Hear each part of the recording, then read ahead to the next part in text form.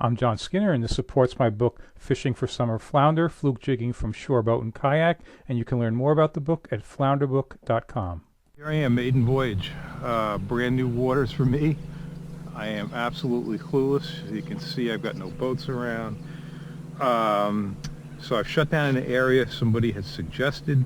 I've got a 0.3 mile an hour drift, not fast enough, gonna have to move. Haven't even put the line in yet.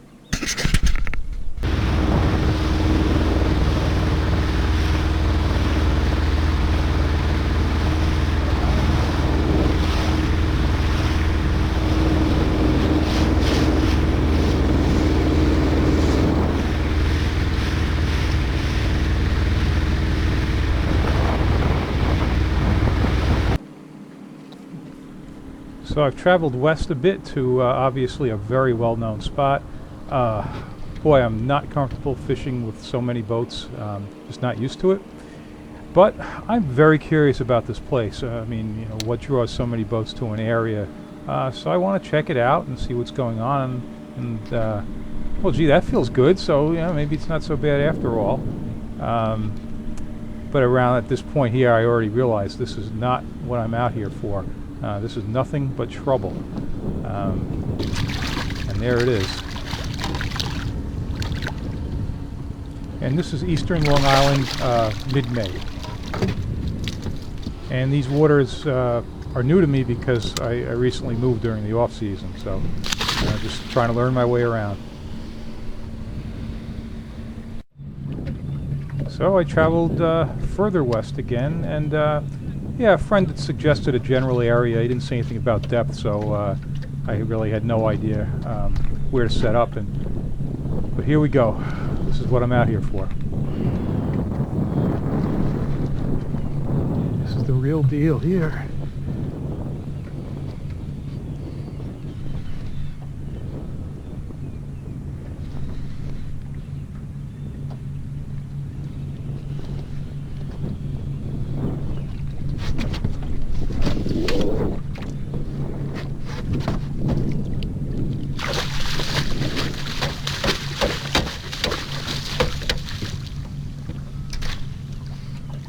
So having just moved into a new area, and this is my first time out here. Oh, this is my first keeper near the new home. So, well, that's a nice way to start. So I'm real happy with that. You saw I reached over, took a mark with the GPS. Got a brand new GPS. It's got, I don't know, I think it's got 5 marks in it now because I caught a couple of short fluke before I got to this one. So I'm real happy with that one. It's a nice first keeper. And it went a little bit over 6 pounds. So I caught that fish on a rip line. I mean, not really knowing where to go. That's the kind of thing I'm looking at. The other thing I'm looking at is I recently put a Navionics chip in my GPS so I could see bottom contours. And I found that pretty helpful to be on waters that I had really no idea about, to be able to look at the fish finder and see the chart overlay. And I know a lot of people have that, but it's the first time I've had it, so I found that useful because I picked an area where you could see the contour. That, you know, there was a pretty good series of drops and stuff, and between that and seeing the rip line, that's where I hooked that one nice one. And obviously I'm going back up on that spot, and yeah, another good one. I'm not like the first one, but easily a keeper. And the keeper, the legal limit for this year is 19 inches. And the rig is a 3-ounce Spro, and above that I have a 5.0 Gamakatsu bait holder hook with a Tsunami hollow teaser skirt, and both of those have 5-inch Berkeley Gulp Alive swimming mullets. I probably could have fished a little bit lighter bucktail if I put the drift sock out, because I do have a pretty good breeze now. I decided with a drift speed of like 1 mile an hour without the drift sock, I'd rather cover ground and fish a little bit heavier, and it seems to be paying off.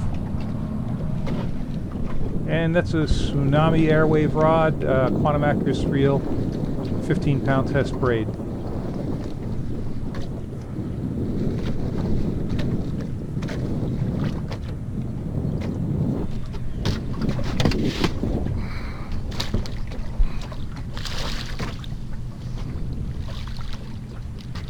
Okay, with a bag limit of 3, that's my third one, so there's my fluke limit. So I'm going to get home pretty early, and I'm pretty happy about this. I got to learn a little bit about the new waters, catch some fish. All in all, a great start. Okay, if you enjoy these videos, please subscribe to my channel.